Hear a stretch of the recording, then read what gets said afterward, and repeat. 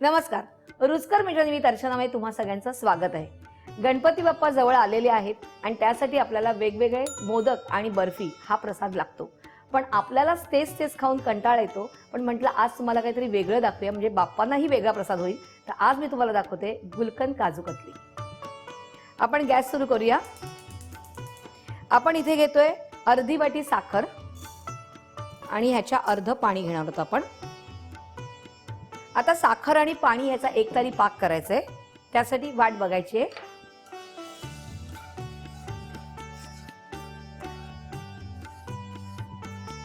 बघूया एकतारी पाक झालाय का, आपल्याला चेक करायचंय.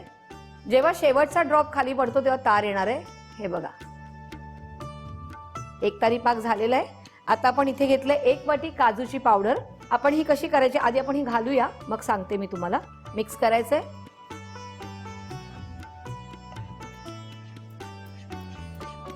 आता हे झालेलं आहे. ह्याचा गॅस बंद करायचंय आणि आपण हे कढईला असंच लावून ठेवायचंय आणि हे सुकून द्यायचंय.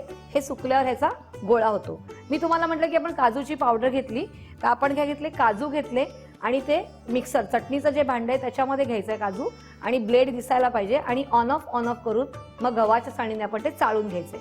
असं 3दा करायचंय, म्हणजे तुम्हाला काजू पावडर मिळते. आणि जी राहते कणी त्याला कोल्सली पावडर म्हणतात, ती तुम्ही काजू अंजीर रोलमध्ये यूज करू शकता. तर आपण हे सुकेपर्यंत वाट बघायची. ह्याचा गोळा झालेला आहे, थंड झालेला आहे. आता आपण ह्याचे 3 भाग करूया. 1 2 आणि 3. इथे मी 3 गोळे करून घेतलेले आहेत. आता आपण इकडे एक बेकिंग शीट घेते मी, त्याच्यावर लाटूया. तुम्ही बटर पेपरवर लाटलं तरीही चालणार आहे.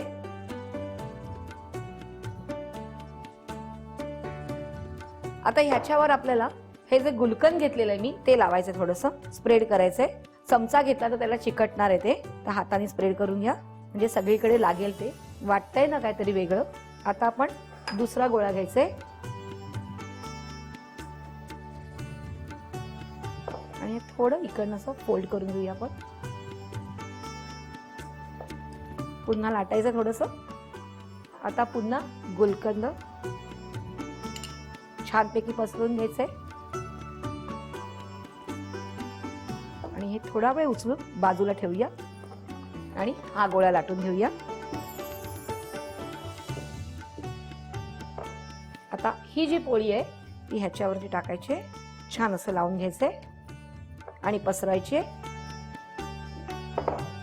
त्याला छान असं फिनिशिंग करायचंय आणि व्यवस्थित पुन्हा लाटून घ्यायचंय. आता हे उलट करूया आणि थोडं सेट व्हायला हे 10 मिनिटं असंच ठेवायचंय. त्यामुळे 10 मिनिटं वाट बघायची. छानपैकी सेट झालेलं आहे. यावर तुम्ही बरखा लावा, पण मी इथे आज काजू कापून घेतलेले आहेत ते लावणार आहेत. काहीतरी वेगळं करायचंय ना आपल्याला. आणि ह्याच्यावर पुन्हा एकदा लाटणं फिरवून घ्यायचंय, म्हणजे जेणेकरून हे त्याला छानपैकी अशी चिकटतील. आता आपल्याला ह्याचे पीसेस करायचे. आपण हे सँडविच सारखे करूया.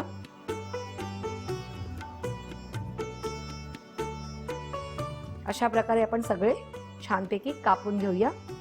आता हे आपण लावून घेऊया.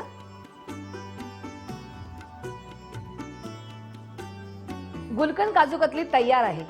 बघितली ना गुलकंद काजू कतली किती सोपी आहे. त्यामुळे ती नक्की करायची आहे, मला कळवायची आहे. यावेळी गणपती बाप्पाला काहीतरी वेगळं मिळणार आहे, त्यामुळे गणपती बाप्पा पण खुश आहेत आणि तुमच्याकडे येणारे पाहुणेही खुश आहेत. त्यासाठी काय करायचंय, तुम्हाला रुचकर मेजवानीला लाईक, शेअर आणि सबस्क्राईब करायचंय.